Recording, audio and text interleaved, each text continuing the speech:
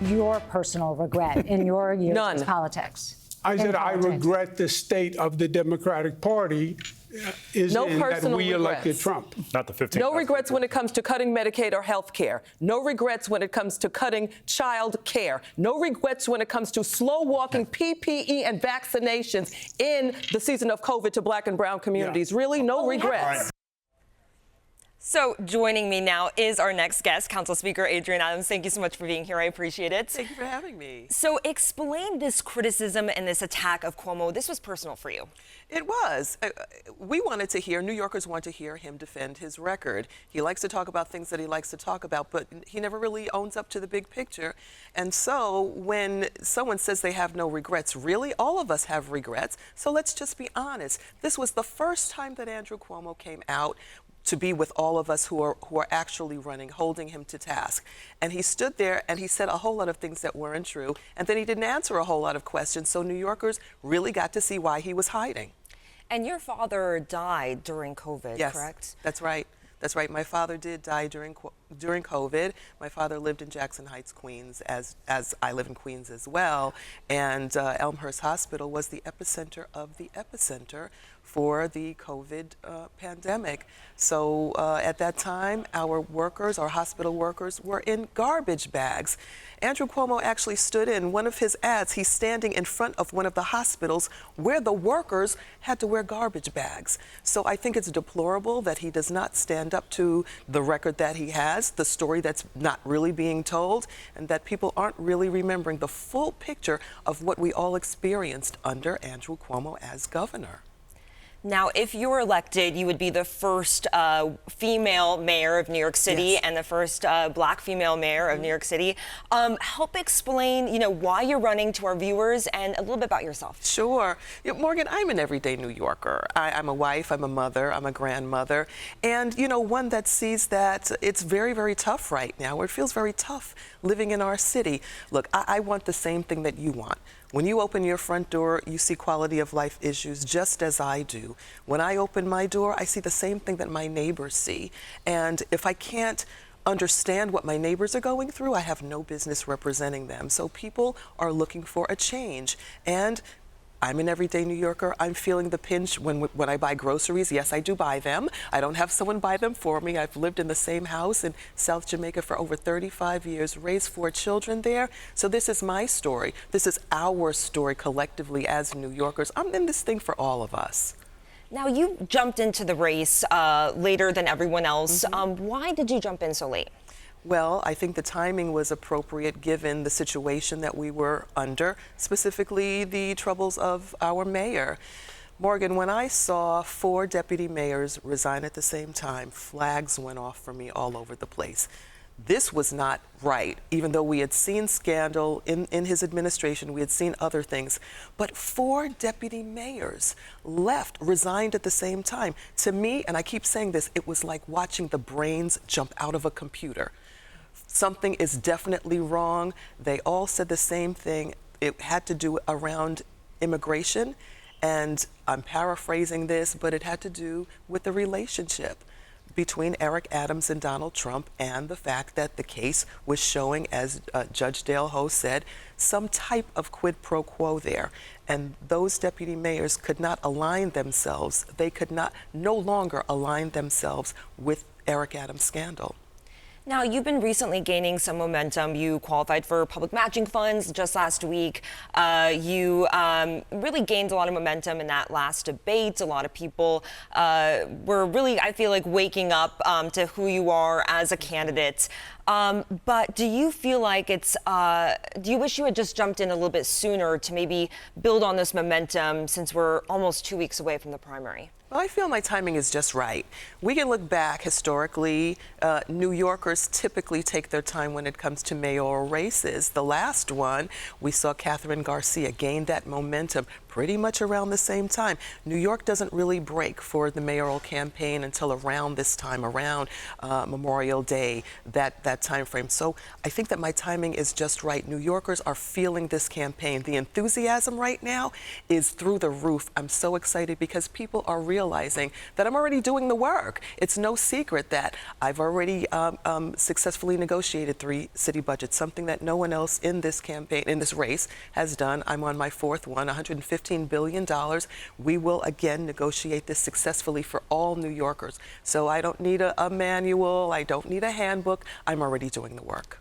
Now, Congresswoman at AOC endorsed you. She told supporters to rank you second, or at least that she's ranking you second. A lot of experts were saying, you know, this is her effort to sort of widen the field here and to cut into maybe Cuomo's supporters. They say that you share maybe that same voter base. What do you think? I believe that AOC, first of all, I'm totally honored and stoked to have her endorsement. But I believe that she sees exactly what my campaign is all about, and that's coalition building. The only one in this race that can truly bring full coalition together is Adrienne for the people, and we are doing that. I believe that AOC sees that. She sees the benefit in pulling in that coalition. It's working for us, and she knows that. She also said that she's going to be ranking Zohran Mamdani, state assemblyman, first on her ballot. Have you considered maybe cross-endorsing each other? Well, you know, I'm still looking at cross-endorsements and how that's going to look. I'm not going to break any news today because I'm still in talks with my team about how that's going to go. So today, State Senator Jessica Ramos is going to be endorsing Cuomo. She's somebody who called on him to resign in 2021, and she also has been very critical of him throughout this primary race. What are your thoughts on this endorsement? Well, I think that we all have to bear out our own campaigns for whatever that means for us, whatever our candidacy means for us, and, you know, whatever the future means for us. I respect her decision, whatever that is, just like I would respect anybody that's running in this race for mayor. It's a very unusual race. I think we can all agree with that. It's taken some strange twists and turns, and, you know, I wish her well. Now, on the debate stage, you were asked your biggest political regret. We're going to play that here, and we're going to talk about it. My biggest regret is believing that Eric Adams would be a good mayor for all New Yorkers. I have had to restore budget cuts from this mayor. I've had to save pre-K. Now, even though you share the same last name as Adams, by marriage, exactly. So you're not related to No. him, and you just went to high school with him. Yes. But why do you now regret endorsing him? Oh, I've regretted it for quite some time, actually, and realizing that the collaboration that I hoped was going to take place between the executive side and the legislative side just was not coming together the way that it should have come together, quite frankly, for all involved, for all New Yorkers, for the mayoral administration, for the city council, and it just did not come together that way. So my biggest regret, truthfully, is in believing that Eric Adams, who I endorsed for mayor, would actually be that mayor for all New Yorkers, and I've been proven wrong. Now, speaking of Adams, he has criticized you in the past on your public safety stances, the How Many Stops Act, which requires police officers to record every interaction that they have, and your stance in 2020 when you said called for the NYPD budget to be cut by $1 billion. Do you regret saying that now? And what do you think about his criticism? Well, first of all, the How Many Stops Act was misrepresented tremendously through the mayor, through, unfortunately, the NYPD as well. It is not requiring every stop. So that's wrong. It's investigative stops. And it's a basic reporting record. It does not require mountains of paperwork, as was misrepresented. All it requires is a simple tweak on a smartphone, which is something that the NYPD has the capability of doing. City Council does not dictate the management of policy, we only make the law. So that's the first part. The second part is, as far as just the NYPD budget, the budget itself, Morgan, 2021 was an era of COVID. Many city agencies had to take a haircut, not just the NYPD, many agencies. The city council, we lost our funding for agencies that we represent, for nonprofits that we represent. We lost our funding as well. So again, it's misdirected, it's misinformation. Just to say that NYPD had to take a haircut, so many agencies had to take a haircut. But in the long run, what we gained in Southeast Queens was a brand new precinct. Now, you do have a policy push, which I thought interesting, which is to give housing incentives to police officers in order to retain and recruit more officers. Help explain that.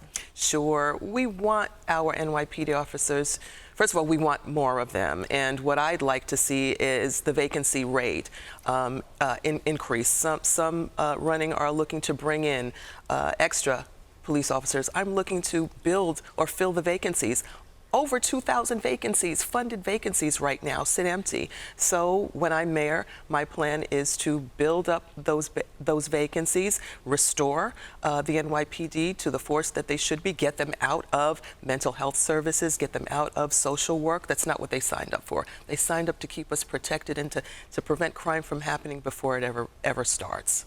You also have a policy proposal out right now to start a guaranteed basic income program for more than 21,000 homeless children and young adults. It would provide an initial one-time stipend of $2,500, followed by monthly payments over 3 years that start at $1,000 per month. Why no strings attached with this? We have a proven pilot right now as we speak.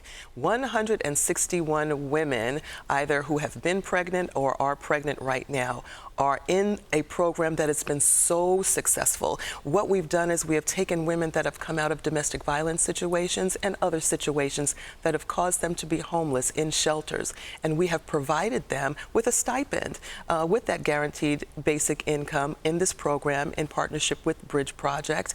And what we have seen is we have moved 63% of them already out of shelter and into permanent housing, Morgan. This can be done for far more New Yorkers, far more. This can help stop homelessness before it ever begins. This can help stop child poverty before it ever begins. Why wouldn't we do this? When I am mayor, the good work that I'm doing as city council speaker will be expanded so that more New Yorkers have this opportunity and we don't have to have such a tremendous homelessness population and homeless issue. Now, you say it'll cost $430 million over 2 years. How will the city pay for this? Well, the city will partially pay for it, and there will be private funding as well. So it's going to be a collaborative effort. And what we're going to do, we will save billions of dollars in the long run, preventing homelessness and preventing child poverty. And just to round it out, what do you hope viewers remember about you as we head into this last stretch? I really hope that viewers just remember or think of me as being one of them, being someone that does, spend money at the grocery store. I do know that the prices of eggs and avocados or even treats for our children are very, very expensive. And for them to know that there is a way out of this thing, but we all have to be in this together. And I'm actually the one who's in it for all of us. I am an everyday New Yorker in this for you and me. Well, thank you so much for being here. I really appreciate it. I hope you get some caffeine over the next 2 weeks. It sounds like you're probably going to need it. Thank you. Thanks, Morgan.